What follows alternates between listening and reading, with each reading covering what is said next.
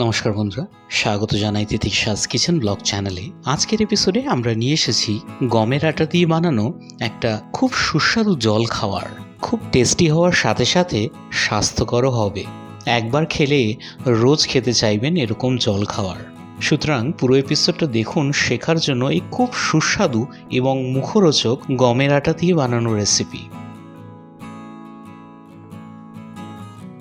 এটা বানানোর জন্য আমরা প্রায় 250 গ্রামের মতন গমের আটাকে মেখে নিয়েছি।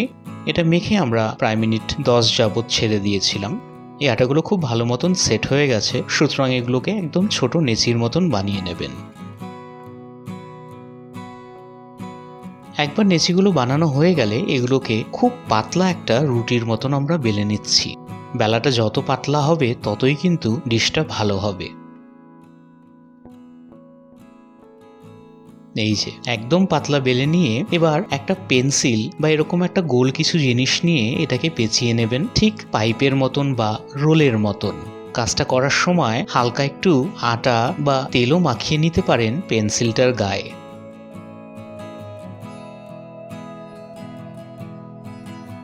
হালকা হাতে পেন্সিলটাকে বের করে নেওয়া হচ্ছে। এতে আমরা পেয়ে যাব একটা ঠিক পাইপের মতন শেপ। এরকম ভাবে বাদ বাকি আটাগুলোকেও বানিয়ে নেবেন।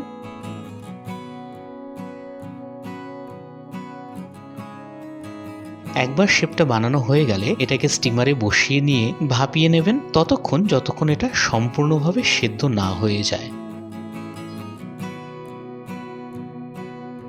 সময়টা বলা ঠিক উচিত হবে না, যেরকম মোটা বা পাতলা বেলবেন সেই হিসাবে কিন্তু সময় কম বা বেশি লাগতে পারে।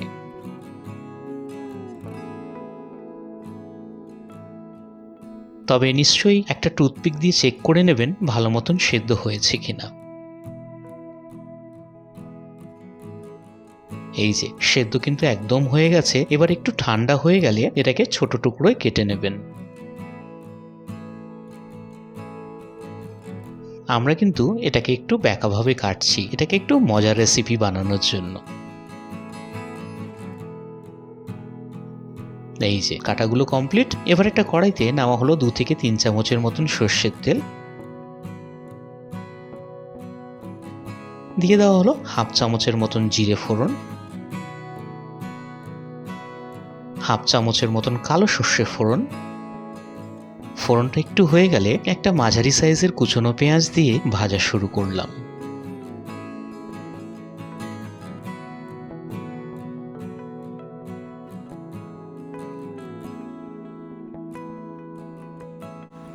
এখন দেওয়া হলো একটা রসুন কুচি আর দুটোর মতন কাঁচা লঙ্কা কুচি। এগুলোকেও একটুক্ষণের জন্য ভেজে নেবেন।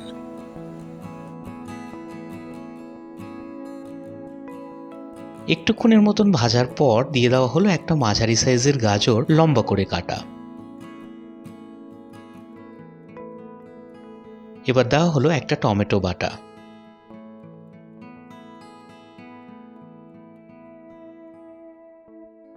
টমেটো বাটাটাকেও একটুক্ষণের জন্য ভেজে নিয়ে দিয়ে দেওয়া হলো স্বাদ অনুযায়ী নুন।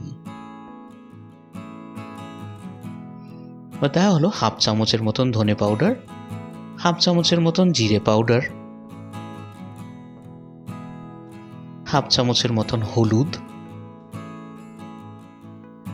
আর হাফ চামচের মতন লঙ্কা পাউডার। এই মশলাগুলোকে ভেজে নেবেন একটুক্ষণের জন্য এই পেঁয়াজ আর গাজরের সাথে। একটু ভাজা ভাজা হয়ে গেলে ঢাকনা লাগিয়ে ছেড়ে দেবেন প্রায় মিনিট 1 মতন।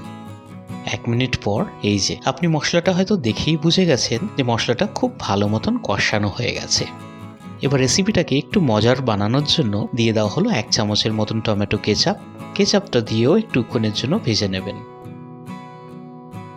এবার দেওয়া হলো একটা ম্যাগি মশলা। ম্যাগি মশলাটা দেওয়াতে আরও ইন্টারেস্টিং হয়ে যাবে কিন্তু আমাদের রেসিপিটা। ব্যাস এবার এই সেদ্ধ করার রুটিগুলো এটার মধ্যে দিয়ে খুব ভালো মতন ভেজে নেবেন যতক্ষণ প্রত্যেকটা টুকরোর গায়ে খুব ভালো মতন মশলা না লেগে যায়।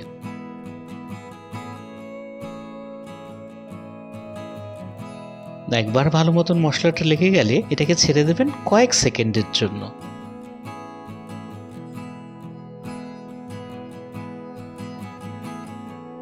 ব্যাস আমাদের ডিশ কিন্তু একদম কমপ্লিট। তবে শেষ করব সামান্য একটু গোলমরিচ গুঁড়ো দিয়ে। এটা কিন্তু একদমই অপশনাল, বাচ্চাদের জন্য বানালে আপনি লঙ্কা বা গোলমরিচ একদমই বাদ দিতে পারেন। আমাদের ডিশ কথায় কথায় একদম কমপ্লিট। পরিবেশন করুন গরমা গরম। চাইলে কিন্তু কিছু চিলি ফ্লেক্সও আপনি উপরে দিয়ে সার্ভ করতে পারেন। ব্যাস এটুকুই ছিল আজকের রেসিপিটা। আশা করি রেসিপিটা আপনাদের ভালো লাগলো। ভালো লাগলে একটা লাইক করুন, শেয়ার করুন ভিডিওটা, সাবস্ক্রাইব করুন আমাদের চ্যানেলটাকে এরকম অনেক ইন্টারেস্টিং ভিডিও ভবিষ্যতে দেখার জন্য। এই ভিডিওটা দেখার জন্য অসীম ধন্যবাদ।